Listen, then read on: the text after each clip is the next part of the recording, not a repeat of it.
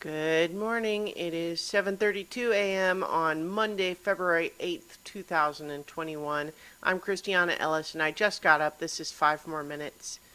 I'm being lazy and moving slow this morning because I I'm working from home today, but still do have to get through some stuff before I'm ready to actually start working. So I should probably be doing those things, but I'm kind of surfing the internet and so on instead.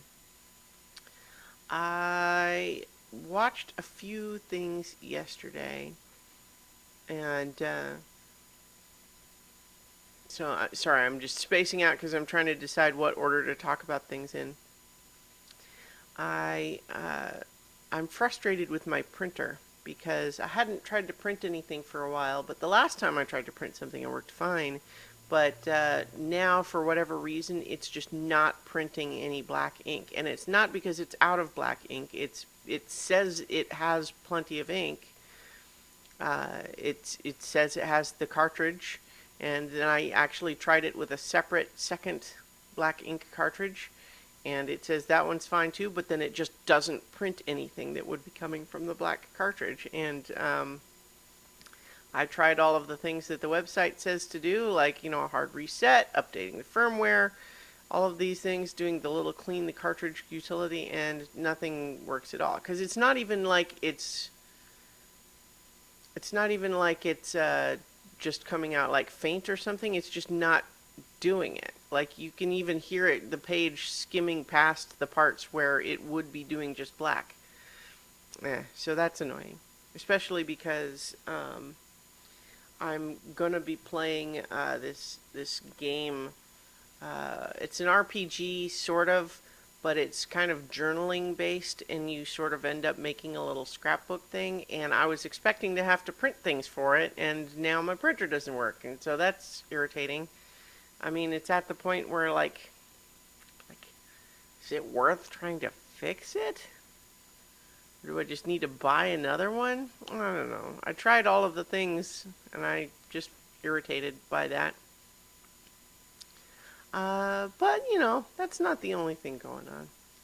Last night I watched. I didn't watch the Super Bowl as I mentioned, but I did.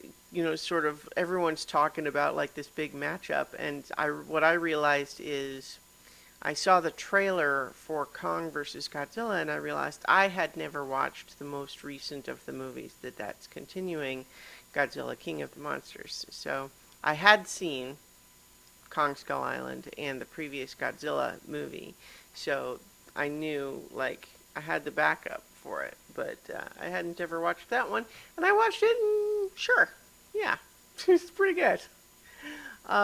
Obviously, it's big dumb apocalyptic action movie. Had some real mixed feelings about, like,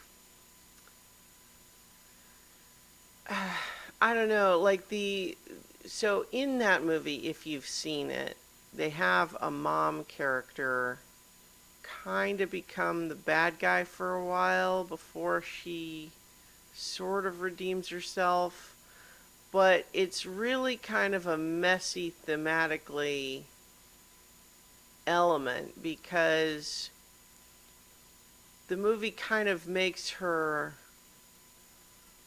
right, but just pushy about how she handles it. Um, so, minor spoilers.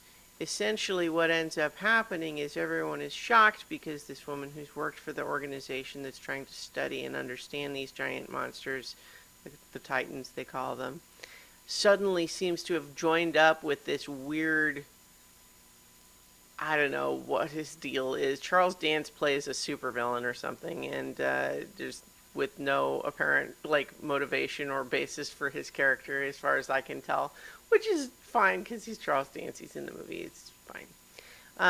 He's there to glower at people, and he does that pretty well. But like her whole thing, like suddenly she turns on everybody and seems to be deliberately releasing this incredibly dangerous monster. And explains that she believes, like, she goes into the whole Agent Smith thing of like, humans are the disease, they're ruining everything, and we have to let the Titans come back because they're the ones that are actually supposed to keep the world in balance. And sure, lots of people might die in the process, but it's the only way to save the world in the long run. And like, I know that we're supposed to not like that because that's the heel turn for her in the movie. But we're the, like that's essentially Thanos' deal, right? I mean, and not only that, but they make her wrong in the sense that the one that she releases first, the one they call Monster Zero, they later discover, oops, that one was actually came from space. So he's not part of the natural order and he'll mess everything up. So you you were right about why you should release all the Titans, but you did it wrong. Stupid. And then when she realizes that, she tries to help, I guess, and then she ends up, it's like so many Hollywood redemption stories.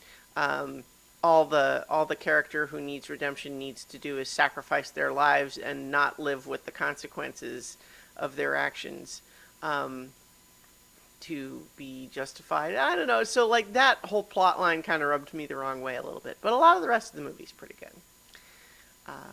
And yeah, I'm watching a bit more of Sailor Moon, playing a bit more Bloodborne, and I've got some big plans for coming up on so many levels. So yeah, that's kind of what I've got going on. But in the meantime, I hope you're all doing well, and I will talk to you tomorrow for 5 more minutes.